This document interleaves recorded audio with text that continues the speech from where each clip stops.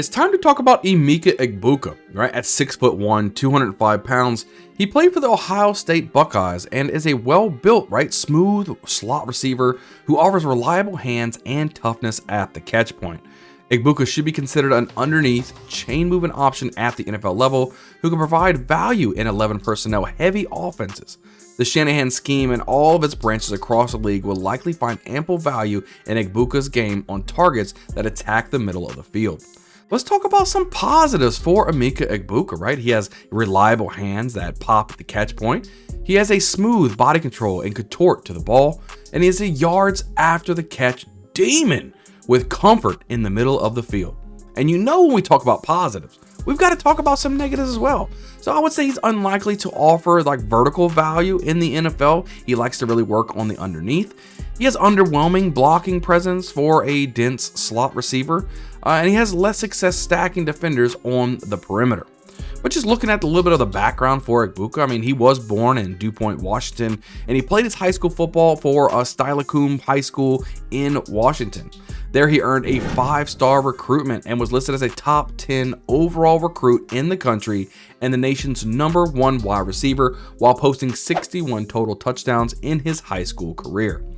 After the COVID-19 pandemic pushed Steilacoom's 2020 season to the spring of 2021, Egbuka bypassed his senior season and became an early enrollee at Ohio State before becoming a productive member of the Buckeyes wide receiver corps as a true freshman via special teams. As a sophomore, Egbuka posted his first career 1,000-yard season for Ohio State while catching passes from now Houston Texans quarterback C.J. Stroud.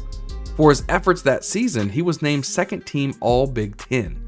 Egbuka's junior season was injury marred, and he disclosed he underwent a tightrope procedure for the ankle injury that he suffered that season. In all, he missed 3 games as a junior before returning for his senior season in 2024. The first thing that stands out about Egbuka is his proficiency, which allows him to transition from a pass catcher to a threat with the football in his hands. Egbuka has good instincts to feel the attack space with the ball in his hands on underneath targets. He's capable of creating chunk plays with his initial burst and vision after the catch. This player thrives when given space to operate and has historically thrived as a slot option where releases into routes are more free access, and he can attack his route stems based on leverage from nickel defenders, safeties, and linebackers.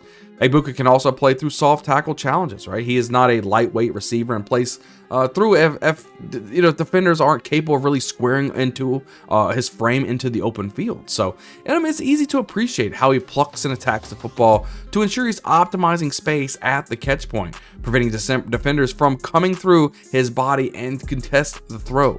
So Egbuka shows good concentration on targets through traffic, so seeing the ball into his hands and willingness to brace for contact at the hit.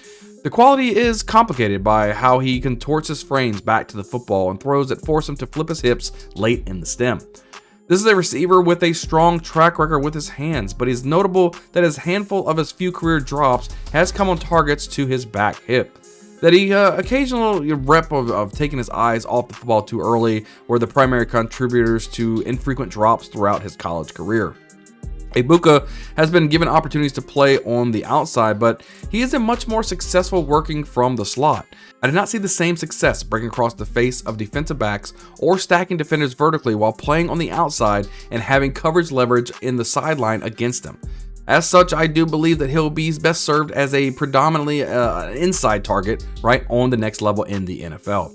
From a route running perspective, he's frequently impactful on hitches, shallow crosses, slants, and out routes. He'll convert first and second window targets into the in-stride foot races, right? So it's easy to appreciate how he will get on top of those toes of the defenders before getting into his cuts. He understands the value of closing spaces and attacking defenders to force defensive positioning before breaking and looking for the football. He does have room to grow with that being more impactful all-around player. I would love to see some more fire on running downs, right? Particularly given that he's a thicker slot option, so he needs to be able to block better, right? He clearly has the pop in his hands and contact balance to dictate terms and claim real estate against defensive backs playing as an apex defender. He just needs to put his nose down and get the job done, right? More often than not, Egbuka was charged with playing out of run play action, routes just serving as a decoy on obvious running situations or short yardage reps. He could take his game to the next level with more dynamic play away from the football, as he creates a physical skill set to do it. Right? Egbuka can bring special teams value if needed. I don't think he'll play special teams in the NFL, but he can if needed, and is an experienced kick returner who has played that role primarily as a freshman in 2021. He averaged nearly 30 yards per return, and thanks to the smooth cuts and field vision, I can see him adjusting well to the dynamic kickoff rules now they have in the NFL.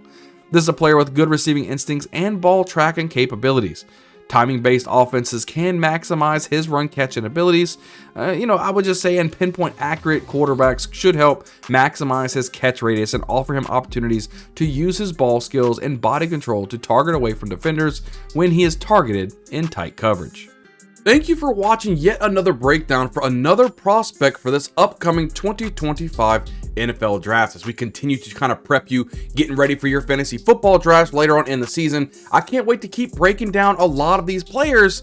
That way you guys can see what's going on, and that way you can make the best selection possible. Here at the Bayou Bengal Fantasy Network, we want to make sure you are hitting all types of championships each and every year, and this is the starter of it. There is no off season when it comes to the Bayou Bengal Fantasy Network, so do yourself a favor, become a part of the family. Hit the subscribe button, smash a like button on the video below, and leave a comment down below. What do you guys think about this prospect? Is this somebody that you want to go in and try to draft on your fantasy football team? I can't wait to hear what your thoughts are, and I can't wait to see you guys on the next video. We'll see you guys next time.